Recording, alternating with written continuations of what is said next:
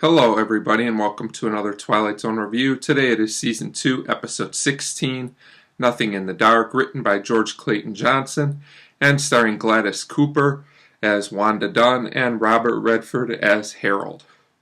And I have to say that George Clayton Johnson has once again written a very compelling and very good episode that really hasn't outdated at all, and Gladys Cooper also gives a very compelling performance in what is a very exceptional Twilight Zone episode. So I'll get right to it. We start with an elderly woman, Wanda, and we see that she's living all by herself. And this woman looks scared of something, but we're not really sure what. And she hears a noise, so she basically goes, by her window that she can see out of to investigate. And we hear a shooting outside. And a man says he needs help, but she's very reluctant. She says she knows who he is, he's lying to her, and she won't let him in. So that's our premise, and then we get the opening narration. So finally we go to the next scene, and she opens the door, and there is a man lying outside. He's our other main character, Harold. And she's very reluctant still to let him in. She's very distressed about it. She says it's not fair that he asks her, to come in. And he just keeps pleading with her, and finally she agrees to let him in. So they talk for a bit after she bandages him up because he had been shot. He says he's doing a little better. We learn that she is by herself and everyone else in the neighborhood has moved away because it's going to be demolished or condemned, something like that. And, he says, well, I'll be out of your hair as soon as you call the doctor for me. She says she couldn't call the doctor because she doesn't have a phone, and also because if she lets him in, that will be it for her because he might be the one that's Mr. Death. She explains that he comes as all these various people trying to trick her, into letting them in, and that'll be the end of her, which is a very, very interesting theory. But, she says she knows all about it, and this just isn't going to happen. She's not going to accept it. So she gets really, really upset. She actually tells this very compelling story about she knew this existed. I won't say the whole thing, but let me just say it's really creepy, and Gladys Cooper gives a really good performance in this scene. So Harold, keeps trying to console her. We also understand that she's afraid to go out, but that she actually doesn't like the darkness, that when she was younger, she used to love being outdoors.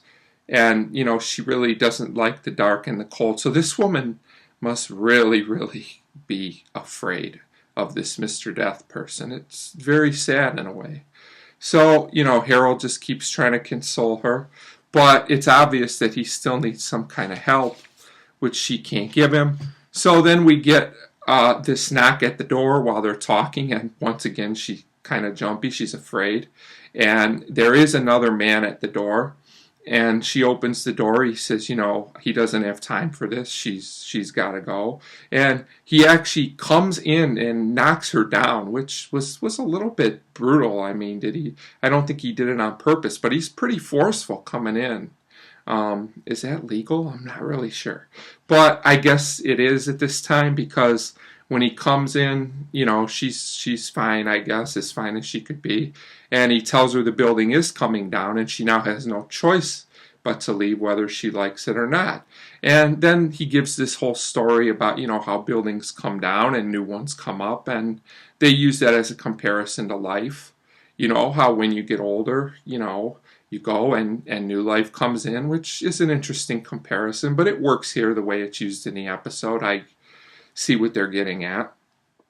So, she still doesn't want to leave. She's very stubborn about this, and she asks Harold to explain to the man why she can't leave. But the man, goes to where she's looking, and it's obvious that he doesn't see anyone there. So after he leaves, she realizes, that the man couldn't, the building man, he couldn't see him. So he tells her, look in the mirror, and she doesn't see his reflection either. So now she does figure out that he was indeed Mr. Death the whole time.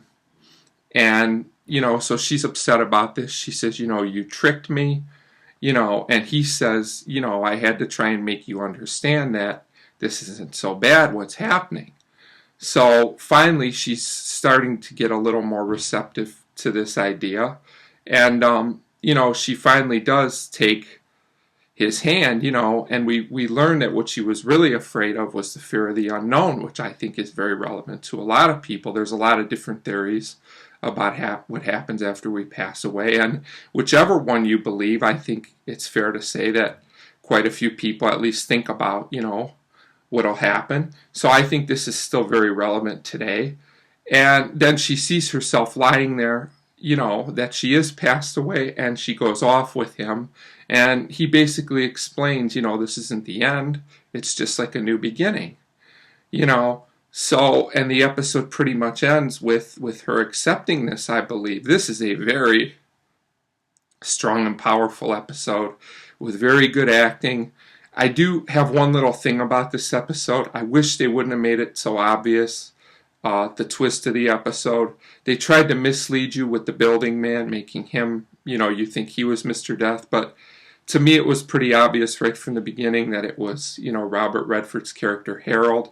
But it doesn't really detract much from the episode in this case, because the episode's just so well written, and this is one of those Twilight Zone episodes that I don't think will date. People will always have these types of questions, and the acting and direction's really good. George Clayton Johnson comes through again. I never realized till I went back and watched how many good scripts this guy wrote for Twilight Zone. A little bit underrated. But this is definitely a great episode that everyone needs to see. It's also thought-provoking with a very good musical score. And overall, I give Nothing in the Dark a 4.5 out of 5. Definitely one I think everybody should check out. So 4.5 out of 5 for Nothing in the Dark. As always, thanks for watching.